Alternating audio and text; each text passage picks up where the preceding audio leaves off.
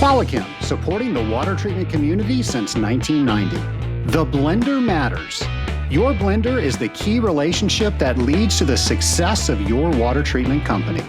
Qualichem provides technical support, sales support, formulation support, training, and so much more. To find out more about Qualichem, go to scalinguph2o.com/Qualichem. Once again, that's scalinguph2o.com/Qualichem. At Qualichem, we know the blender matters.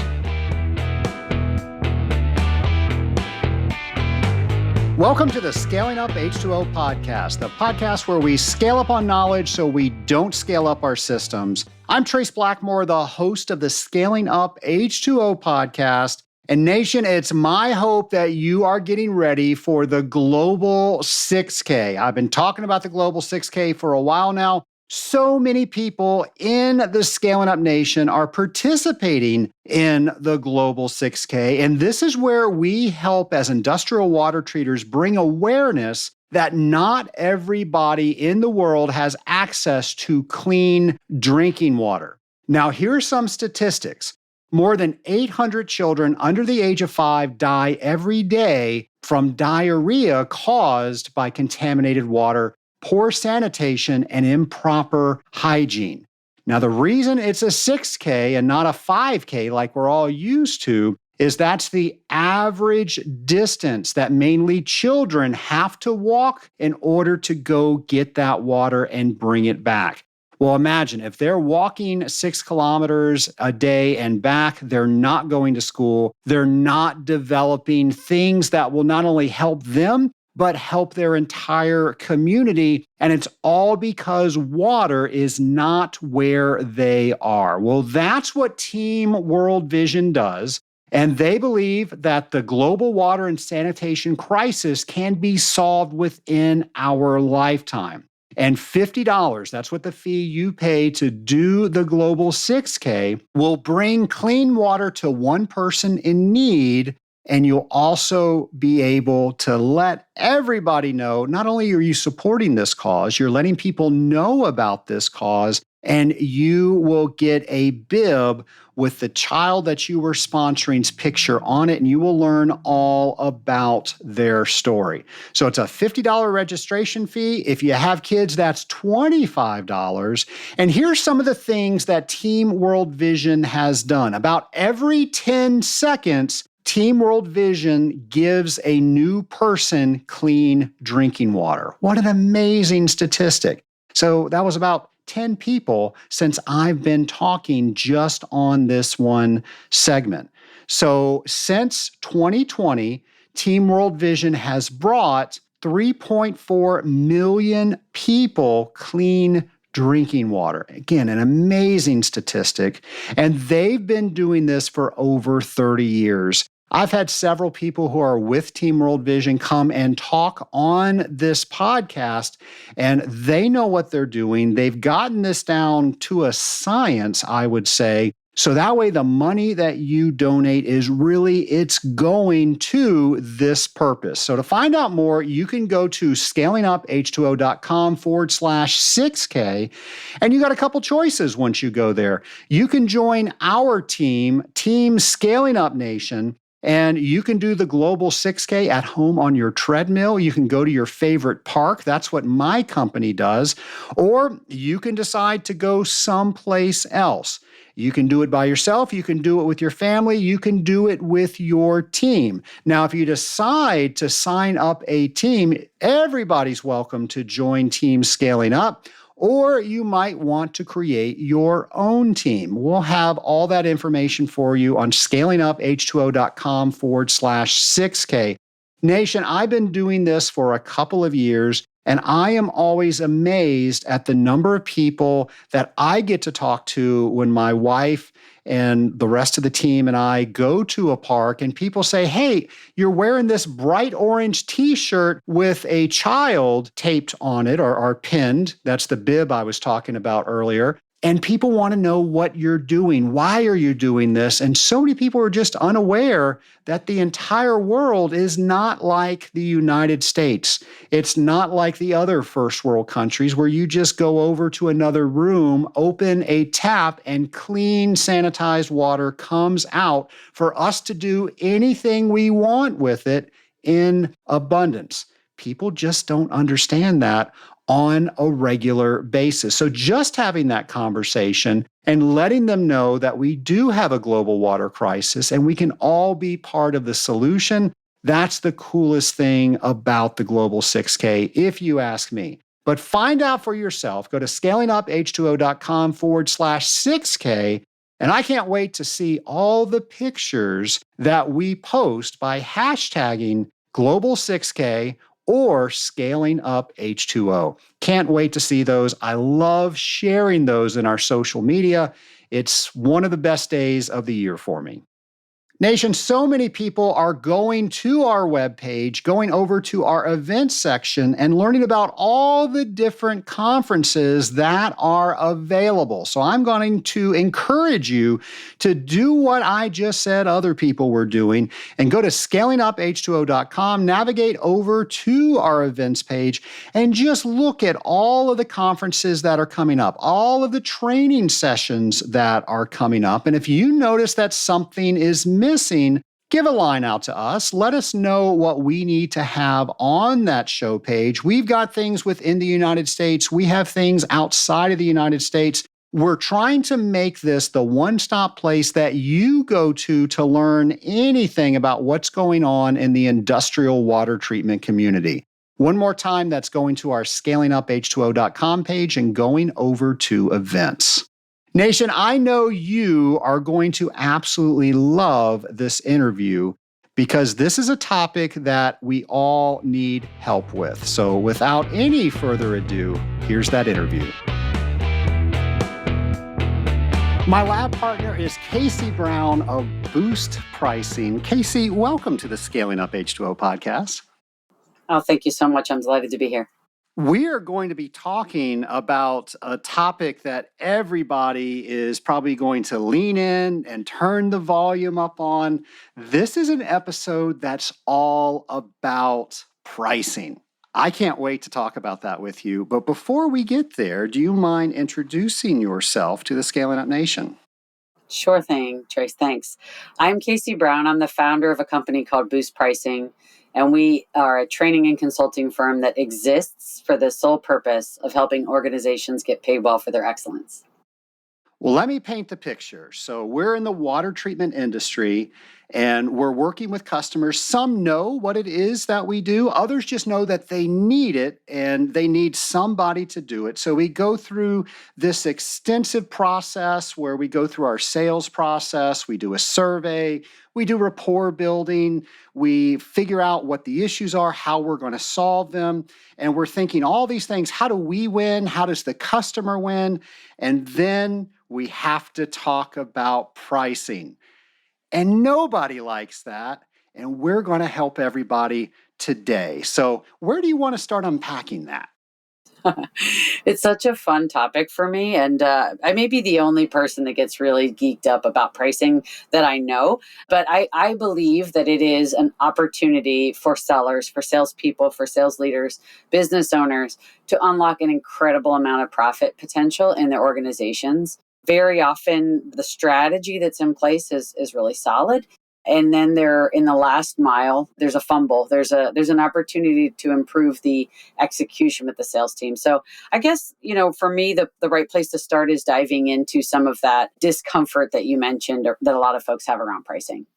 Well, let's start with that because most people are great and they're having fun up until maybe the last page of the proposal when they shakingly turn the page or maybe they flip the iPad. A lot of people are doing proposals on that way now. And now it has the price. So how do we have more confidence in our pricing?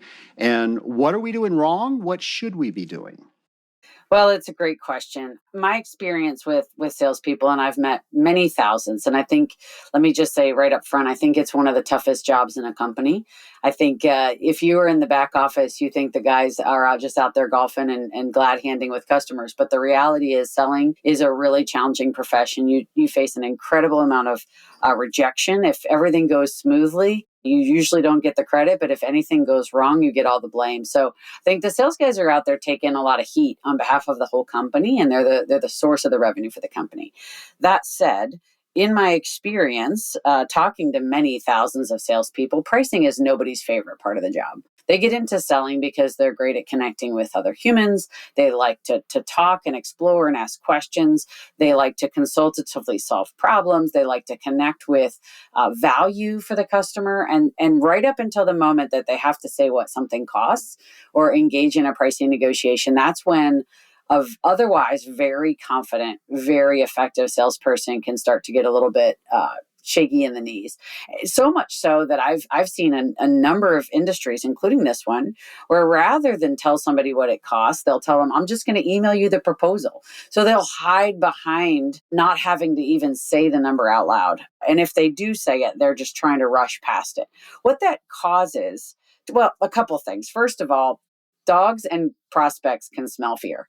So when we're operating from a place of fear, that conveys a sense of desperation and fear that can really hit our close rate. It can really causes us to lose deals. But it also, especially if you're selling into procurement, as a lot of folks in the water treatment world have to do, that's just like, kind of like blood in the water, and the sharks start circling. So we've got to operate from a place of confidence. The root of confidence is value. So understanding how your products and services specifically connect to the customer that you're selling to. And because procurement is such a powerful force in larger organizations, you can't just sell to procurement. You've got to build a broad base of support in the organization through engineering or operations or facilities as well. So number one is understand your value truly and very specifically to this customer, because your value to a hospital system is going to be different than your value to Atlanta, the city of Atlanta. So understanding how your products and services are of value to your customer is number one. And then the tricky part comes in, which is convincing the customer of it. I am fond of saying customers will never pay you what you're worth. They'll only ever pay you what they think you're worth, and you control their thinking. So your job as a salesperson, your really main job is to help the customer understand how valuable you can be to them. And when we really do our homework on that, I think we can enter negotiations from a place of confidence, courage, and strength, not from a place of fear.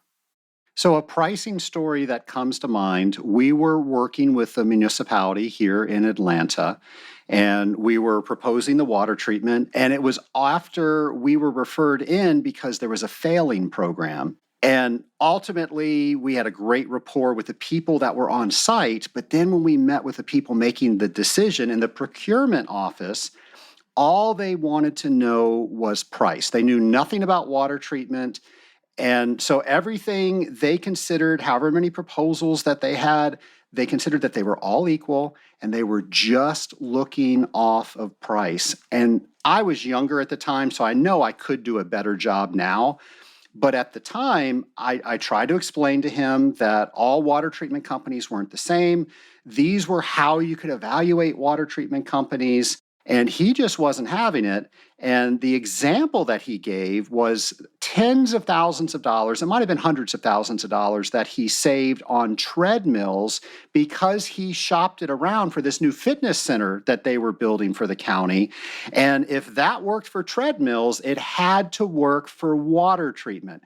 And I just could not get past that. We did not get the business. However, 2 years later, we did, because that was another failing program. You get what you pay for, right? So in that situation, how would you coach a younger Trace Blackmore?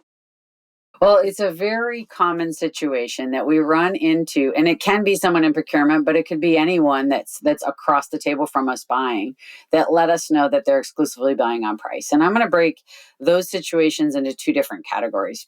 And the first is, I think, the category you kind of found yourself in based on your description you gave me, which is they're telling the truth. They only care about price. Now, I believe at the end of the day, that's why they had 2 failing programs in a row, because they weren't making a decision based in value. I think if you're a best in class or better in class provider in your marketplace, you should not chase to the bottom a price for a customer that does not value you, that does not value what you do or how you do it. Those kind of opportunities are almost always land with the bottom feeders in the industry, which is why they had 2 failures in a row.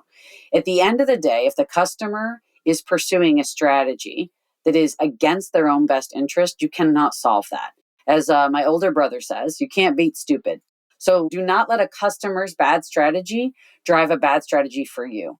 And so in that sense, and based on what I understand of that opportunity, the younger Trace Blackmore did exactly the right thing, which is try to do as much as you can to help the customer understand that treadmills aren't water. And if water treatment is down, it is a significantly different impact on the community than if treadmills are down. And by the way, you could have 1 or 2 treadmills go down. There's so many differences in terms of the cost of failure in your space than treadmills. That guy's going to get it or he's not. It sounds like he wasn't going to. And so you do your best and then you move on. One important lesson when you do your best, move on, and don't win is don't let that pollute your future. Don't drag somebody else's aggressive and mercenary and maybe even misguided procurement tactics into your next deal and let that cause you to scope or propose the wrong solution because you're trying to figure out how to do that in a cheaper way, or scope and propose the right solution, but at too low of a price. So in the first scenario, which is they're telling you the truth, they only care about price, do your best, win the ones you can at a price that makes sense for you, let the rest go and move on. And I'm a big believer in fail fast. If someone does not value you, the quicker that you're able to uncover that this isn't a good fit for you, the sooner you can conserve your sales resources, meaning your time, for someone, to go find opportunities that are a better fit. I love that statement because there's so many people that are just wash, rinse, repeating. They're doing the activities, but they're doing it with the wrong people. And you just said something to free them of that. Don't worry about it. They're never going to buy. Spend your resources, spend your time on the people that are worth it, quote unquote. Right. And another topic that relates to kind of how we spend ourselves, our own resources, our own times as a seller is the touch base, follow up, check back, infinite loop, the getting ghosted by customers, just getting a little more discerning. And some of this kind of comes back to sort of even initial qualifying, but you continue to qualify a customer and a prospect throughout the buying process, is really understanding that your value is not a fit for everyone. And to really target your selling effort, time, messaging to those for whom your value story is the center of their bullseye. And don't spend time on the outer part of the ring because you're going to burn yourself out. You're going to fill out 1 million RFPs that you have no chance of winning, which means you aren't spending enough time on the ones you are better equipped for to truly deeply prepare to go through those deals line by line, really getting prepared for the conversations and negotiations because you're too busy chasing the wrong deals. Let's talk about the second group, which is where they tell you they care about price exclusively, and that's not true. Now, every procurement professional is measured on price. Certainly, that's part of how they get paid and rewarded and promoted. Most procurement professionals are not exclusively paid on that, and some are not even primarily paid on that. There is an increasing awareness in the procurement space that some of the very aggressive and mercenary tactics that arose in the last 20 plus years have started to work against the best interest of the buyer. For example, reverse auctions. A lot of organizations are outlawing or forbidding those inside their organizations because they tend to attract the least common denominator in terms of the suppliers. And if you are a better in class or best in class provider, you're avoiding those kind of deals where you're being compared against someone who's significantly less qualified than you, and it's all boiling down to price. So I see a trend away from the most aggressive and egregious tactics in procurement. So I find that even if the person is exclusively telling you they care about price, that's not all they care about. That said, there's also a whole body of other folks in the organization that do care very much about the quality, the durability, the longevity of the system, the performance of the system, the ease of use, the challenges it presents to their team or not in executing and operating the system. Those folks have an outsized amount of power, especially in a lot of organizations that may not present that's the case. In other words, they say, we've pre-qualified 6 bidders. They all have the ability to provide the same products, services, solutions as you. At this point, it's down to price.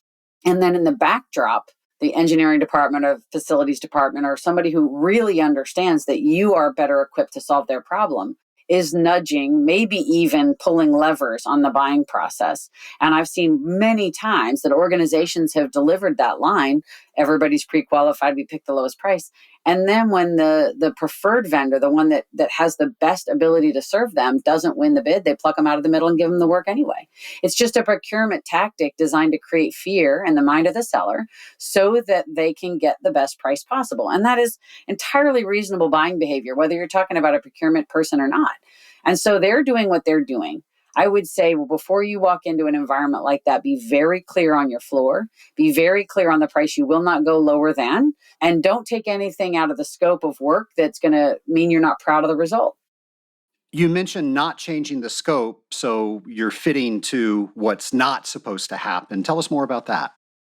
Sure. So a very common strategy when you find your pricing is out of line with competition or out of line with the budget is to start descoping, changing, go from best to better quality or phase the work or what have you. All of that is a very sensible strategy when you're trying to manage to a customer's budget and be competitive. However, one of the things that's really important is make sure that you're not stripping the scope down so far that it's not a result you're proud of. I kind of like to give an example of, hey, let's say we sell chocolate cake and it's $10 and you say, I only have $8.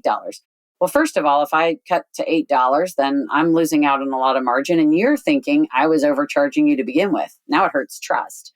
I'll say that again, unearned discounts hurt trust. It's really important if we're going to change the price, we've got to change some element of the deal. Now, maybe I say, okay, I can do chocolate cake for $8, but it doesn't come on a glass plate and it doesn't have sprinkles and candles. If $2 magically appear out of thin air, you never had a budget limitation of $8 to begin with. You were just seeing what you could get. But, to you, sprinkles, candles, and a glass plate are really important. So fine, I get my extra $2. Or if you say, no, I'm good with that. That works for me. Now it is a win-win-win. Win for the customer, they get to save their $2. Win for me, I don't have the cost and expense and risk of sprinkles and candles and plates. And win for trust. Win for what I would call price integrity, which is we're not changing the price without changing the deal in a way that hurts trust. Now, very importantly, we can't ever say, okay, I'll do that and I'm going to take out the eggs and sugar because now we have a cake that isn't delicious, that doesn't provide the value. So it is fine to look at scoping as a tool to meet budget as long as at the end of the day, we're delivering a delicious cake. I love that cake analogy. That's just so powerful. In that vein, I have a friend of mine that in their proposals, they have a gold, bronze, and silver pricing. I guess not in that order, though, because I didn't say them in the right order. But you know what I mean. And they just give that as their pricing. Is that something you recommend, or should you hold that to later? I think that's a great question. I think it does depend on the complexity and how technical of a solution you sell. And I'm sure that the water treatment industry, I know some about it from our clients, but it's not an area of deep expertise to me. So I would guess, and you can tell me if I'm wrong, that there's probably a range there, that there are some solutions, some products, some services that are on the simpler, possibly more competitive and commoditized end of the spectrum, and others that are wildly complex and wildly technical. I would say that as it pertains to what I just said, the more technical the solution, the less I think sharing packages, if you will, or tiers makes sense. And I'll share why. You mentioned at the beginning of this podcast that some of your customers are savvy about what they're buying and some have no idea. They just know they need it. In either case, you are their expert. You are the one that they are looking to give their trust to give their resources to trust their community to. And you're going to take great care of them. You're going to lead them. You're going to be the expert that tells them what they need, what's going to solve their problem, how to do that. And again, that applies whether you're talking about somebody who really knows quite a bit about water treatment. They're not going to be as knowledgeable about it as you, or somebody, especially somebody who's quite new at it.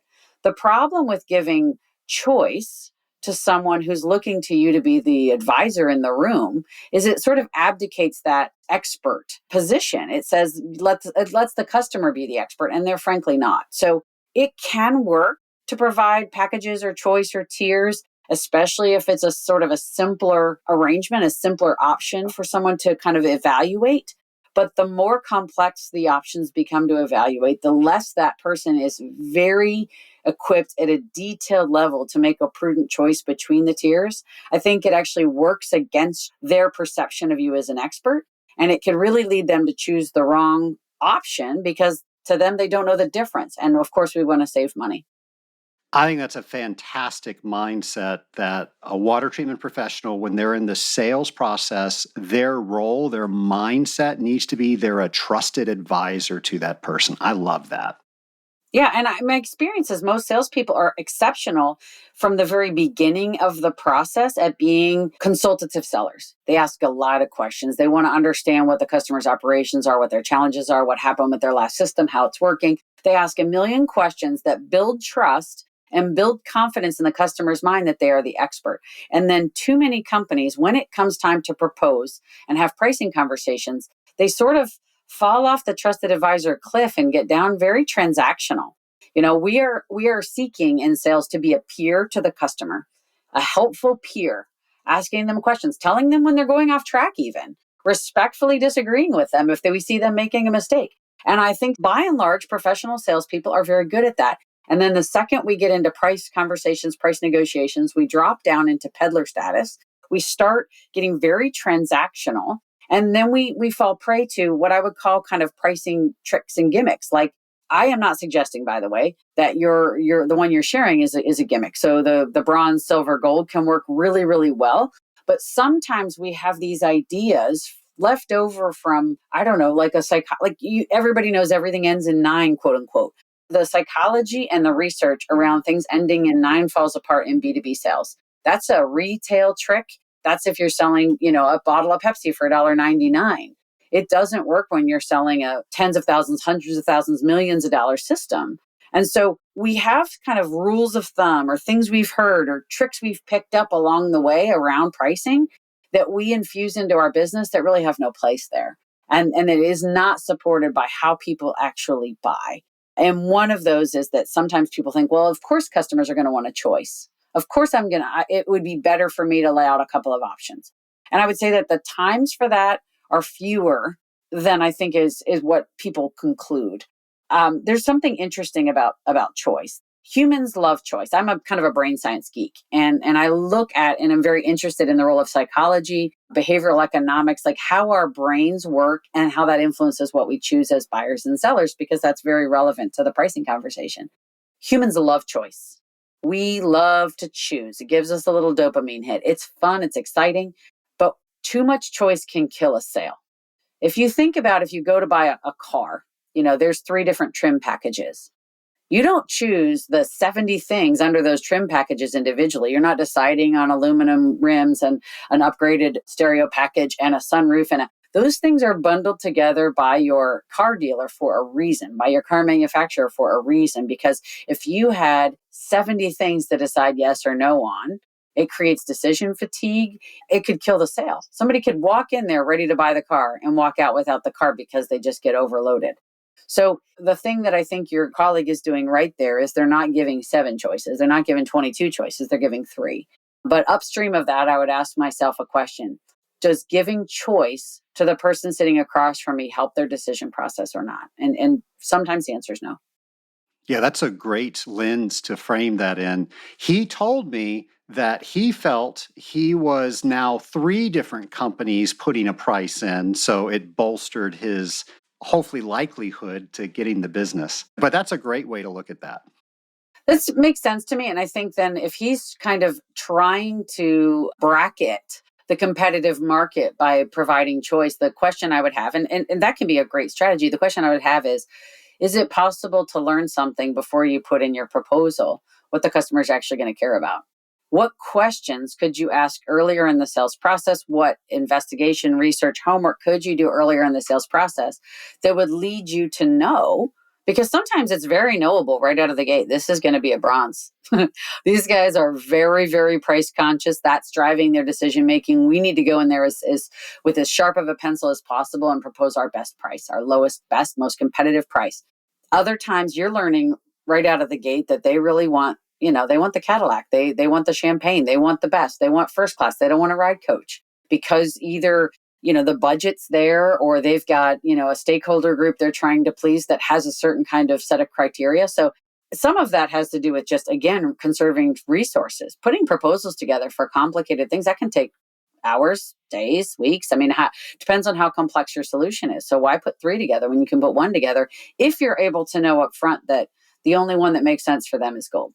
Everything else is going to be, possibly going to make us look cheaper. One of the things we've got in our industry, which I'm sure every industry has, is there is no shortage of companies out there that are less technical, and I'm just going to say more cheaper. That's not a real way of saying that, but that's how I'm going to say it. So there are companies out there, people just care about price and they want to check the box that they're giving it. So I want to ask you about something that I started doing a couple of years ago. I grabbed a bunch of business cards from one of these cheaper companies, and when they are so stuck on getting the cheapest price, I give them their business card. And I very politely say, I think that there are some other issues here. When you're ready to resolve them, please call us. Let me tell you what I love about that strategy. And it goes back to something I said previously, which is that dogs and prospects can smell fear. Showing up with the confidence to walk away, showing up with the confidence to say no, not that you don't want the business, not that you're not eager to get it, but if you can't say no, if you won't walk away, no matter how low the price needs to be, then you have no power. You have no power, and the customer holds all the cards. I think no is the most powerful word in a salesperson's vocabulary, and it's the most underused. What I find amazing, and you tell me how this goes for you, is when you are willing to say, if price is the most important criteria for you, we're probably not the best fit. Here's another firm I would recommend you reach out to. Sometimes they say, no, no, no, no, no, no, no, we want to talk to you. Has that ever happened to you? That has happened more often than not. Right. It's a version of when somebody's walking out. I'm going to use another car dealer analogy. When someone's walking out of the dealership and then the salesman chases them down in the parking lot, right? We will hear from a customer, this is a hard line. And we say, okay. And this is, we'll take them at their word. At the end of the day, we try to convince them of value. We try to move their line. But if their line is where their line is, and that's too low for us, we need to be able to know we have to walk away. And then all of a sudden we find out sometimes that line was never a firm line. It was a tactic. Their job is to save money, so they're trying that. But it's back to the chocolate cake analogy. $2 magically appeared because sprinkles and candles are really important to me. So sometimes they're going to go and take that business card of that cheaper, inferior option. And for some of them, it's going to be good enough. For some of them, it's not. And they're going to have to learn the lesson the hard way. And then they're going to call you a year or two from now. And for some of them, you're going to find out the line was never in the spot that they pretended it was as a procurement tactic. And then it reopens the negotiation, the conversation. And it's very clear then you're in a kind of a peer-to-peer conversation. You're on equal footing with that customer because you don't need the business. You want it. You're there to earn it. But at the end of the day, if it's not a fit, you're willing to walk away. Let me start my next question with a story. And I had just started my firm, and I wanted to be known for a technical expert. I wanted people to think, okay, for best value, best overall company, and knowing what they needed to do, think of my firm. So I went out and I worked with this one individual, and I found all sorts of things that I could do better.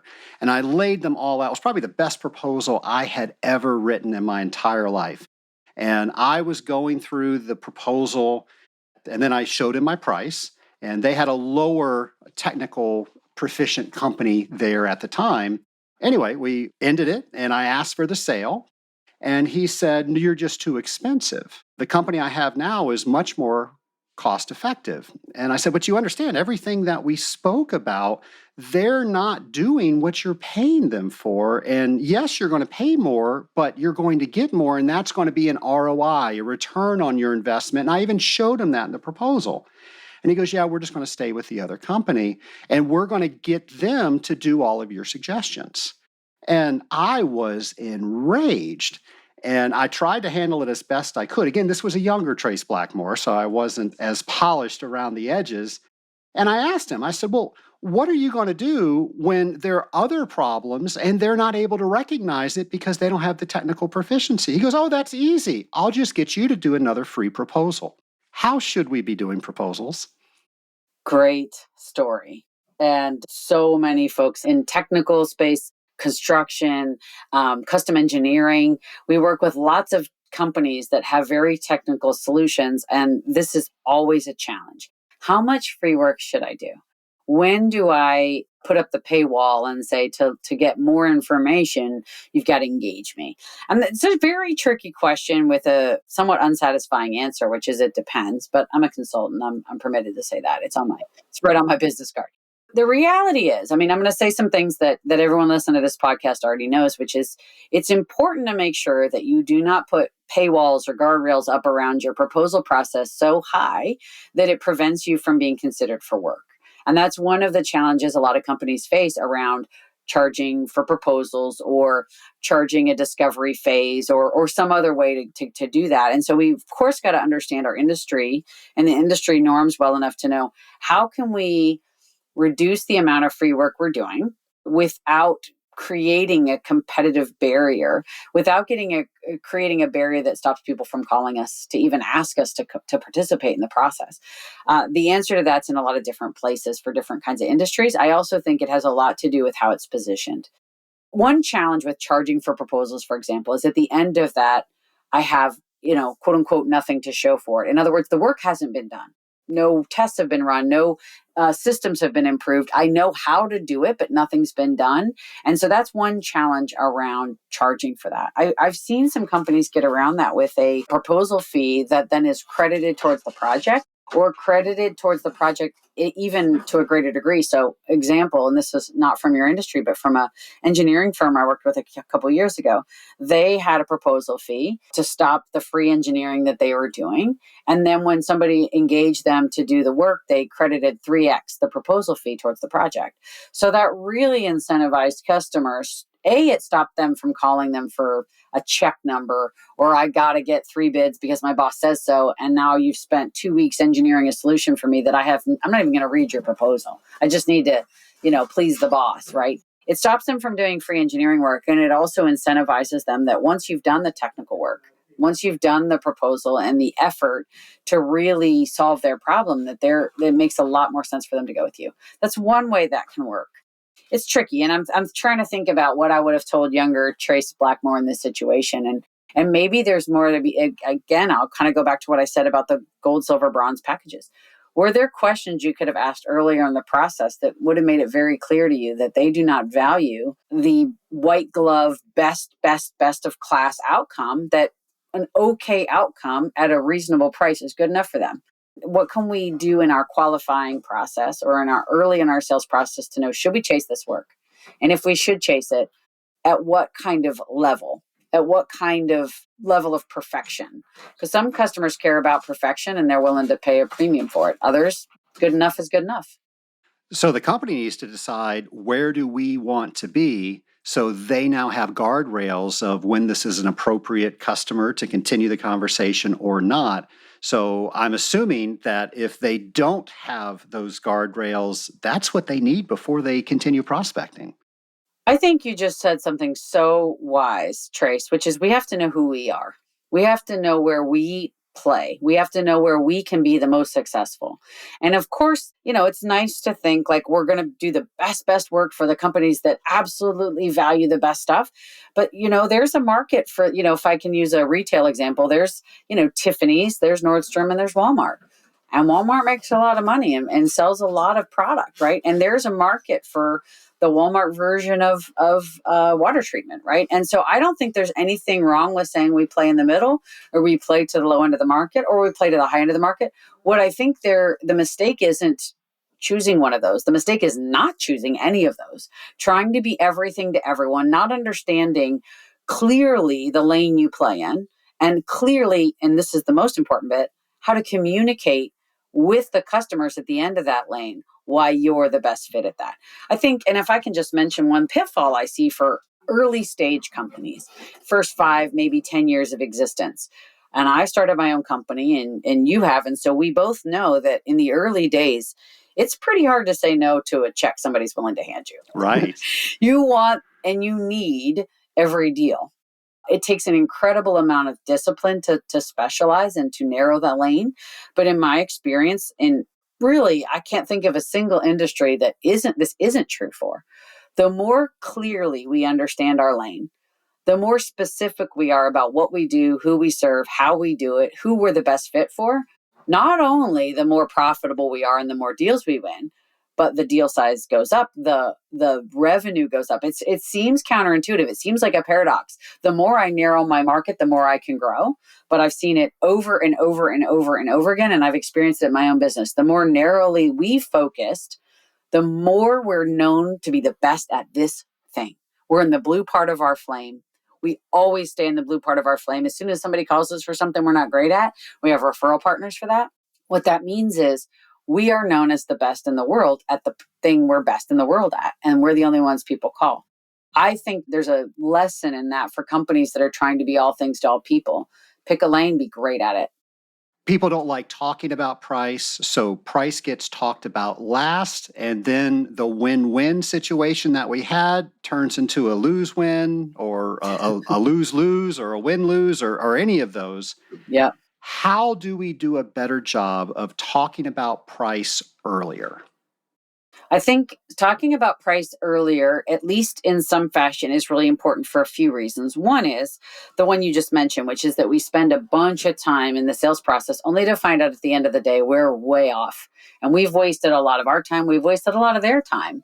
And that's not a win. So we do need to talk about it earlier. But I'll mention another reason I think it's important to talk about price earlier in the process.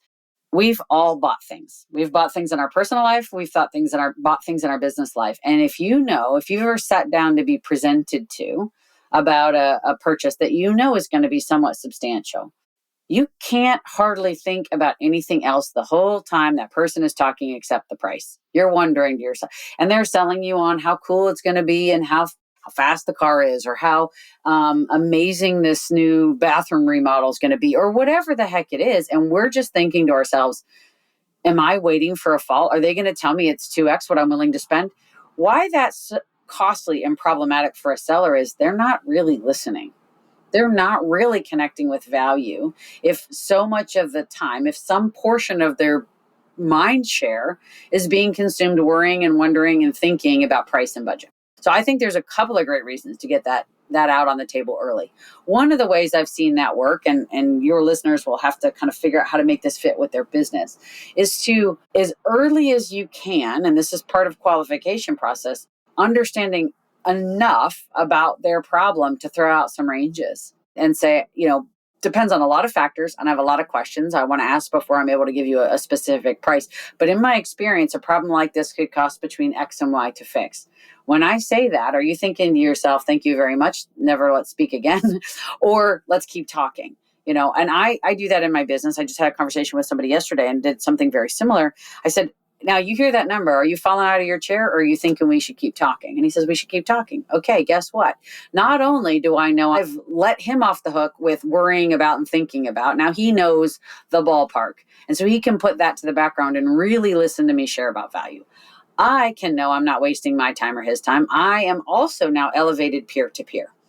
I'm not hawking wares. I'm not a peddler. I'm not bartering. He has said that he values what I sell, and it's let's keep talking. Let me learn more. So I think the earlier, and this is often done through ranges because we generally don't know enough at the beginning to even, and that range could be even quite large. And, sometimes I've seen this where somebody shares a big range and they say, well, what does that depend on? How do I end up at the lower end of that range and the upper end of that range? So you have to be ready to talk about why there's a range and what drives you up or down inside that range. But I think throwing out something for a customer to react to early gives you information that's essential, saves you time, saves the customer time, and stops the customer from perseverating on worrying about pricing. So let me ask this, because this is how I've been handling this. So you get to coach and say, that's wrong. Stop doing that. So I will try to qualify, am I talking to the right person? Is this a decision maker? Is this an advocate for later? So one of the questions I asked is, the last time you changed your water treatment supplier, what was that process like? And then they normally tell me, oh, I was involved with this. I made the decision. I then move to, do you have a budget for this? And if they say yes or no, normally they'll say yes. I'll say, can you share that with me? Or would you mind sharing with me? Is that a good way to go about that? I love asking for budget. And when they say yes, then of course say, can you share it with me?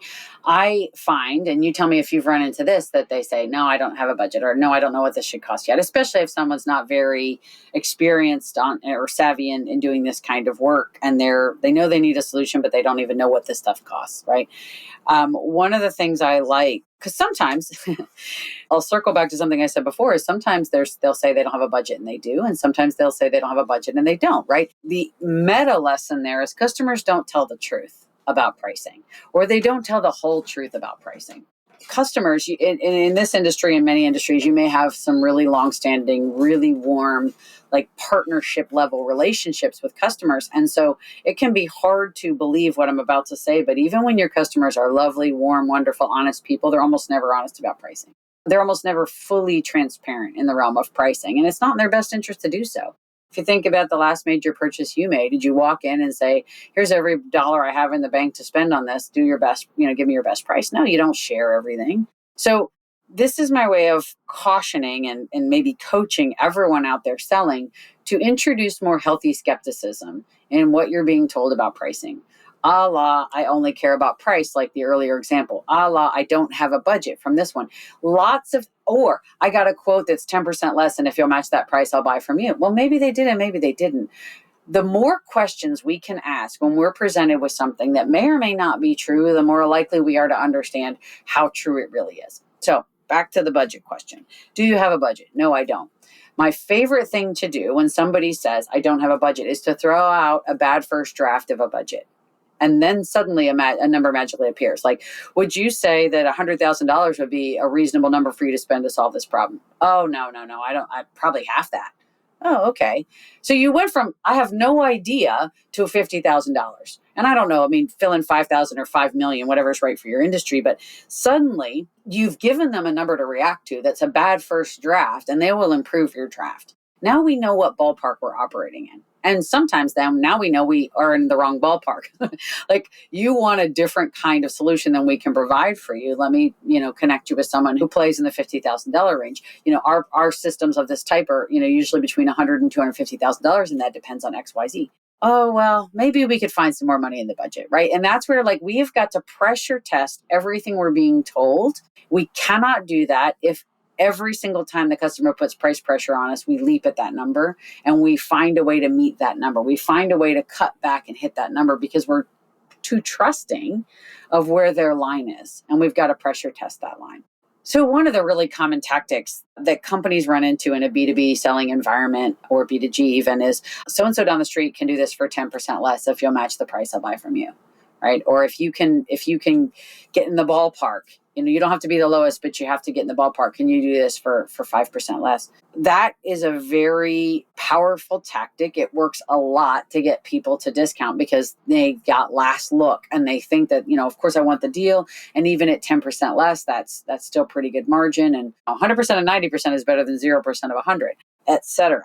And so people tend to discount in the face of those kinds of competitive price match requests. And what I would encourage listeners to think about is when somebody asks you to match a price, the message beneath the words is, so-and-so down the street's cheaper than you, but they can't do what you can do the way you can do it. And I'm hoping to get you to give away your superior service and quality and value for this low price. How's that going to work? Are you going to let me get away with it? In other words, they are cheaper, but you are better. I don't want them, I want you. A price match request is an objective statement of preference for your company. Say it again because I cannot get this message out loud enough. A price match request is an objective statement of preference from the customer for you, for your products, for your firm. for your solution. And one challenge, let me say a few things I see sales folks do when they get pressured on price match. One is they match the price, costs us a ton of money. I don't love it. Number two, some version of meet in the middle, which I also don't love. That costs us money. Or number three, what I call the fruit salad approach, which is let's make sure these are apples to apples. Oh my gosh, people love the fruit salad approach. And I don't hate it. I don't think it's always the wrong move, but I don't like to lead with that. Because now we're diving in, figuring out how we compare to the competitor. We're talking a lot about the competitor, which I don't really want to talk about. And sometimes it can lead to de-scoping because we really are, not apples to apples, and we got to figure that out. Or number four that I don't like is just vomiting a bunch of value messaging at them. Like, let's tell you how we're better. If we're doing all the talking, we can't learn. We've got to close our mouth and open our ears. We've got to learn because the customer just got done telling us, I like you more. I want you. We know they like us more, but we don't know why or by how much, and we're never going to figure that out if we do all the talking. So one thing that we can do is ask more questions. Ask more questions. One simple question, and this is not the end-all be-all, but just to illustrate the concept to the listener, is you're telling me our price is too high. Can we match this competitive quote? If we could just wave a magic wand over these and these price difference would disappear. Let's just imagine there were no difference between these two prices. Am I understanding you that you choose us? Yes. Okay. Can you tell me what it is about what we've proposed, about our solution, about our process that has you answer that way? Like, why would you want us if there was no price difference? Because I want to make sure when I come back to you with a revised proposal, I don't take anything out that's critical to you. And then the customer will often share something that gives you a hint, gives you an idea. Why do they like you more and by how much? And then you can make a much more savvy choice about where to cut, how to cut, where not to cut. Where is this just a tactic? Or are we really not in a very powerful position? We can't learn that unless we listen. So asking them to articulate why they want us.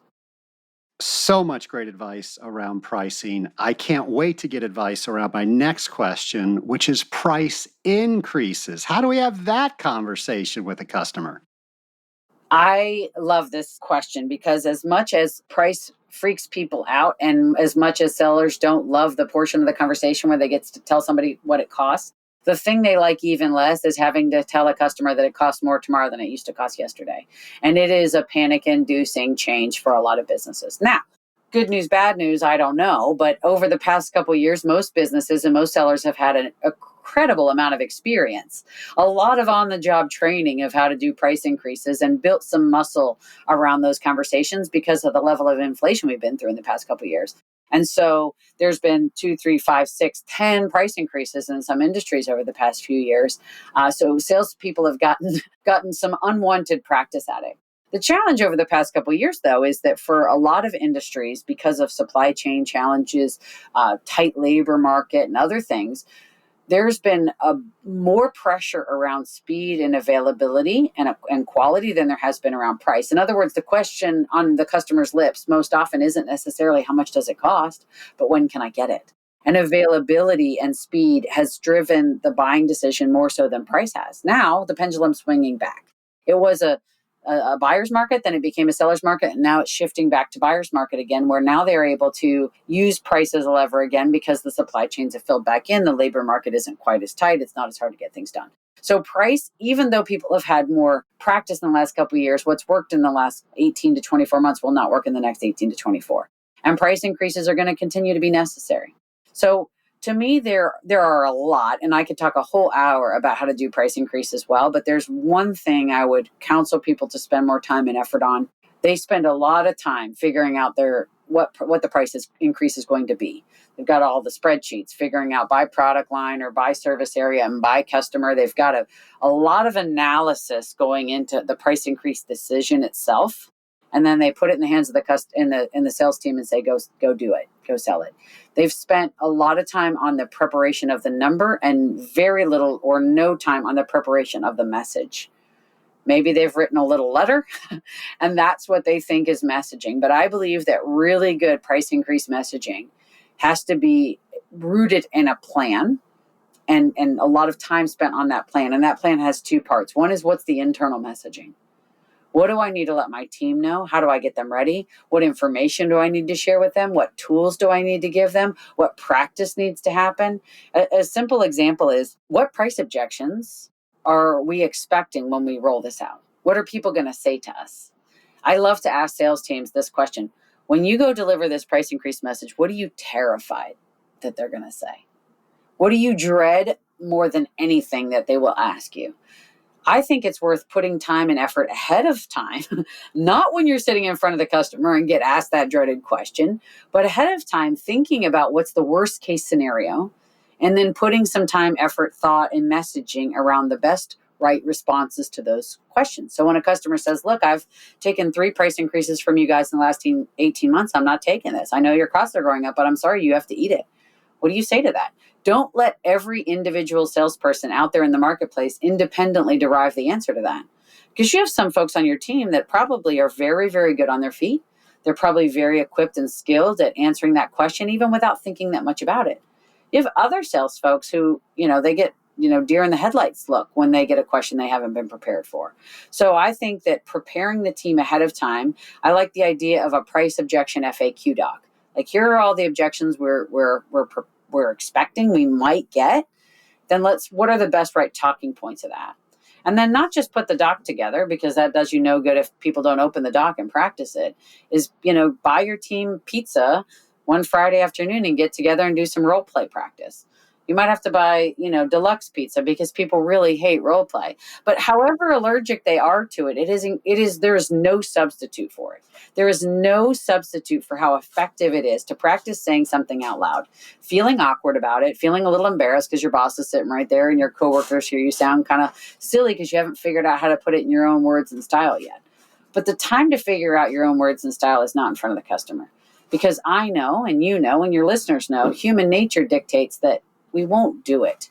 When we're in the moment, when we're in the heat of battle and the customer's breathing down our neck, we won't try the new, different, scary thing. We'll resort to what is ritual and routine, which for some of the sales folks is just caving. It's just discounting. It's folding like a cheap suit. So we've got to invest more in internal messaging and preparation. I think companies can do more and should do more on external, but the internal messaging preparation and getting your team really confident and solid on the reasons why and how to defend it is the biggest miss I see in price increase execution. I love that you bring up role play. I don't know what's wrong with me. I've always loved role play. So we need to bring that back.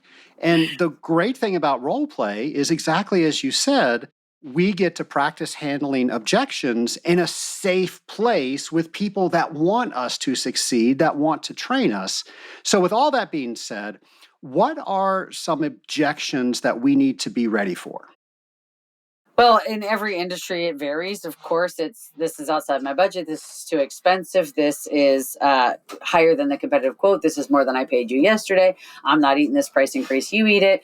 I need you to match a competitive quote. Can you sharpen your pencil? It goes on and on and on. And you've heard it all, and I've heard it all, and your listeners have heard it all. One thing I would like people to think about when they're facing an objection, and this applies in the pricing objection space, but really any kind of objection that's your customer's throwing in your path for an obstacle to the sale. And a customer says, we can't because X, or this is outside our budget. The best answer to an objection isn't an answer at all, it's a question. I think questions are a salesperson's superpower, and they are largely underused in the price portion and the negotiation portion of the process. As I described before, sales folks are great at questions early. And then when we get into price negotiations and price conversations, then we stop asking questions and we start doing too much telling. Questions are such a powerful tool. And I'll share one reason I think this is the case. Pricing specifically is an area where we're pushing back and forth. There's resistance. We're pushing for a higher price, customers pushing for a lower price. Resistance exists, and resistance is friction to a sale. We want to reduce the resistance. If we push and they push back and we push back and then now we're in a tug of war over price. Instead, introduce a question that evaporates all the resistance. So there's something from another psychology and brain science term here. It's called instinctive elaboration. Instinctive elaboration is where our brains get hijacked by a question, and we're really very physiologically incapable of contemplating anything but that question, at least for a very short period of time. It could be a microsecond. So for example, if I say, Trace, what color is your shirt?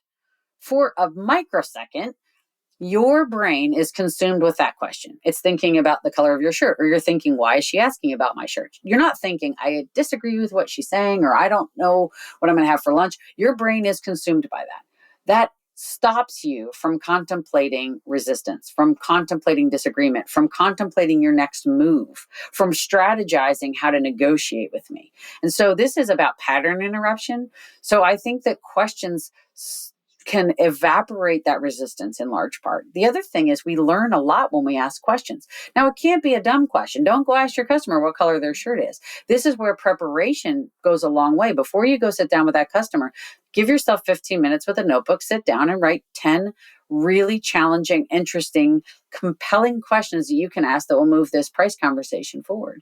And when you do, incredible things will happen. Now, I want to give a piece of advice here. Many people, when they get nervous, and I'm one of them, talk too much. Lots of people start filling the silence when we get nervous. And we've already said that pricing is an area that generates fear and nerves for a lot of people. And so we tend to talk too much. So when you ask a question, it's very important to wait for the answer. And I have, because I do most of my selling on Zoom, I have in the corner of my monitor a little post-it note that says the word wait, WAIT. But what that stands for is, why am I talking? So we've got to remember to shut the heck up and let the customer do the talking. The most successful salespeople I know in the world do the least amount of talking in a meeting. They might do 10 or 20%. They're mostly asking questions. They're listening. And then they're able to cue back to what the customer already told them was really important. Now the customer feels heard. They feel seen. They feel understood. Ironically, the best way to build trust is not by communicating a bunch of stuff. It's by asking the right questions that help the other person see that you understand their real situation. So I would say that when you get an objection, so-and-so down the street can do this for less. Well, tell me, if the prices were the same, who would you choose? Why would you do that? Tell me, what do you like about their proposal that we don't have covered? The answer is nothing, because they're cheaper and less, but you got to get them to say it. What do you like about our proposal that isn't in theirs? I could probably come up with 100 questions given a couple of minutes that I could ask somebody when faced with that objection. The more we're prepared with the questions, it kicks the door open just a crack. And that's a lot of times all we need to be able to help the customer understand how we can solve their problem better than that other option. Casey, this has been fantastic. I think we're going to have you come back for a regular pricing segment on this show. Just a wealth of knowledge. I do have some more questions for you, though. We're not quite done. I have the lightning round questions. All right. So first question, if you could go back in time and talk to your former self as your first day as a pricing consultant, what advice would you give yourself? Relax. It's all going to be okay. Don't take yourself so seriously. Be yourself. I'll share that I grew up in poverty. I'm the truck driver's daughter from the wrong side of the tracks, 4 boys in my house and me. And my experience as a young professional, I have an engineering degree and a business degree and a Spanish degree, is the more prepared I am, the more buttoned up I am, the more professional I seem, the more people will take me seriously. And I think, it's very clearly a case of imposter syndrome. And the older I get and the longer I do this work, the more I realize that just vulnerably saying sometimes, I have no idea. I don't know what the answer to that question is. The more myself I am, the more successfully I'm able to connect with people, which means the more I can help them. So I would just tell me my 20-something-year-old self to just relax. It's going to be okay. What are the last few books that you've read? Great question. I just read Outlive by Peter Attia. It's a book about longevity, and not just living a long time, but living healthy a long time. And I'm in my late 40s and I've got aging parents, so it's topical for me. I read Make the Noise Go Away by Larry Lynn. It's about how to have a great relationship with your number 2, your right-hand person, and how to get the most out of that person and make sure that you're not clipping their wings. And I just reread, and it's not been out very long, but it's such a good book. I've read it twice already, which is 10X is Easier Than 2X by Dan Sullivan and Ben Hardy. It's really changing the way I think, not only about my business, but my health and a lot of things in my life. I think it's an excellent book. When they write a movie about Casey Brown, who do you want casted to play you? Oh, Julianne Moore. I love that I've answer. red hair. I could see that. And freckles. And I just say that because I don't know, it probably sounds braggadocious to say I've been told I look a little bit like her because I think she's a very attractive woman and I don't think I hold a candle to her. But yeah, Julianne Moore. She's also a very, she has a lot of emotion, and I'm a very intense person. Last question. If you could talk to anybody throughout history, who would it be with and why? Man, what a good question. Well, a whole bunch of very famous and influential and important humans come to mind. But I think for me, it would be my grandfather, my dad's dad. He died before I was born, and I've heard a million things about him. And I would just love to ask him some questions. I would get to know my dad's dad. Casey, this has been so informative. I wasn't kidding when I said we need to have you back. I'm sure there are a lot of people out there that are thinking, I need to get more information from what she does. How should they contact you? Great. Yeah. And we have a lot of free resources available to folks. I put out a lot of videos and blogs. And so anybody who wants to, get little pricing nuggets from time to time, you can find me on LinkedIn at Casey Brown Boost. The company name on LinkedIn is Boost Pricing. You can find us on the web at www. I don't know why anybody says that anymore. You can find us on the web at boostpricing.com. There's a contact us form on the website. There's a subscribe form on the website in case you want to follow our blog. You can email us at info@boostpricing.com. It's Boost like the energy drink, pricing like the best way to make money. Casey Brown, Boost Pricing, thank you so much for coming on the Scaling Up H2O podcast. Thanks, Trace. It's been a delight. Casey, thanks again for coming on the Scaling Up H2O podcast. I know myself, I love talking about what I can make better from somebody else's water treatment program to the one that I'm going to put together. And I can't wait to talk to the customer about that, but I never like talking about price. And I know you're probably out there with me. We're, of course, proud of our price and we can justify our price. But in many cases, that's what people don't like talking about.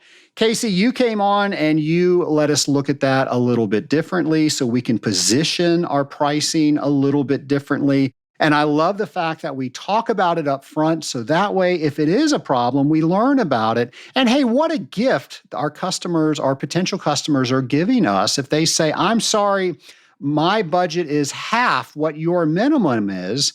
Well, great. Shake my hand. If you ever need any help, please call me. No, it's going to cost you twice what you're used to paying, but I'm here and now I'm going to go out and find the right customer that feels that we are the right vendor for them. So I think Casey said that perfectly. So thank you for that. I also love that we're talking about value and not price. And I think we as industrial water treaters always talk about the value that we're providing.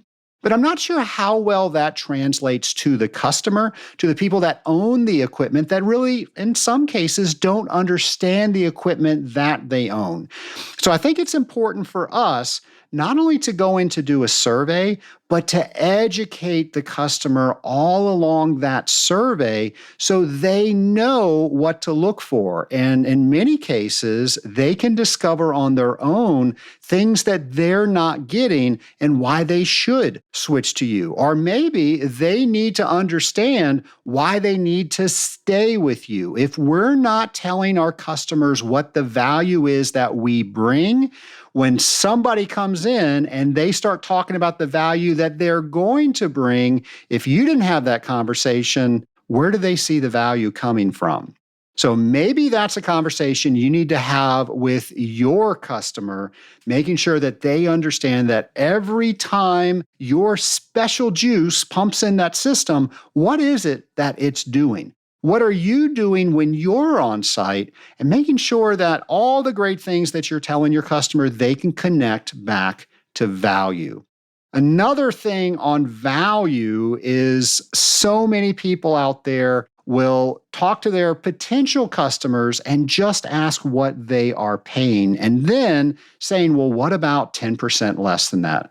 Nation, you can run your water treatment practice however you wish, but I don't think anything good comes from that. It allows us all to reduce the value that we bring as industrial water treaters And it also doesn't allow the customer for true success. If all they're looking at is pricing, they don't understand the value that true good industrial water treaters bring. So in that, if you are ever in a price negotiation and a customer is not able to meet the price you said for all the services that you are going to provide, my recommendation is you talk to that customer and you figure out what services can they do without or maybe add in at a later date. If you're going to reduce your price, you have to reduce the things that you're bringing to the table.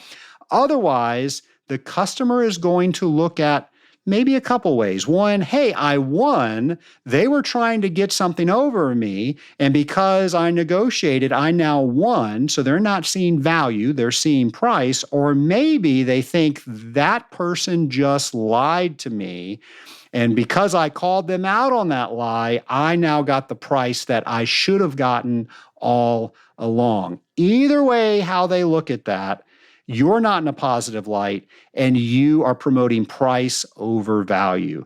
I just can't imagine how our industry would be if we properly educated our customers and we use that education on a value-based platform. I think people would understand industrial water treatment more. I think people would demand more out of their industrial water treaters. And I think that would really elevate the bar within industrial water treatment. So I think if you have a sales team, if you have people that are going out and talking with customers, this is the episode that you want to forward to them so they can start thinking about how do I make sure I'm always talking about value and how am I setting that customer up for success so we can have the best relationship possible. Well, somebody who's trying to help us have the best relationship possible with industrial water treatment knowledge is James McDonald. Here's a brand new Drop by Drop with James.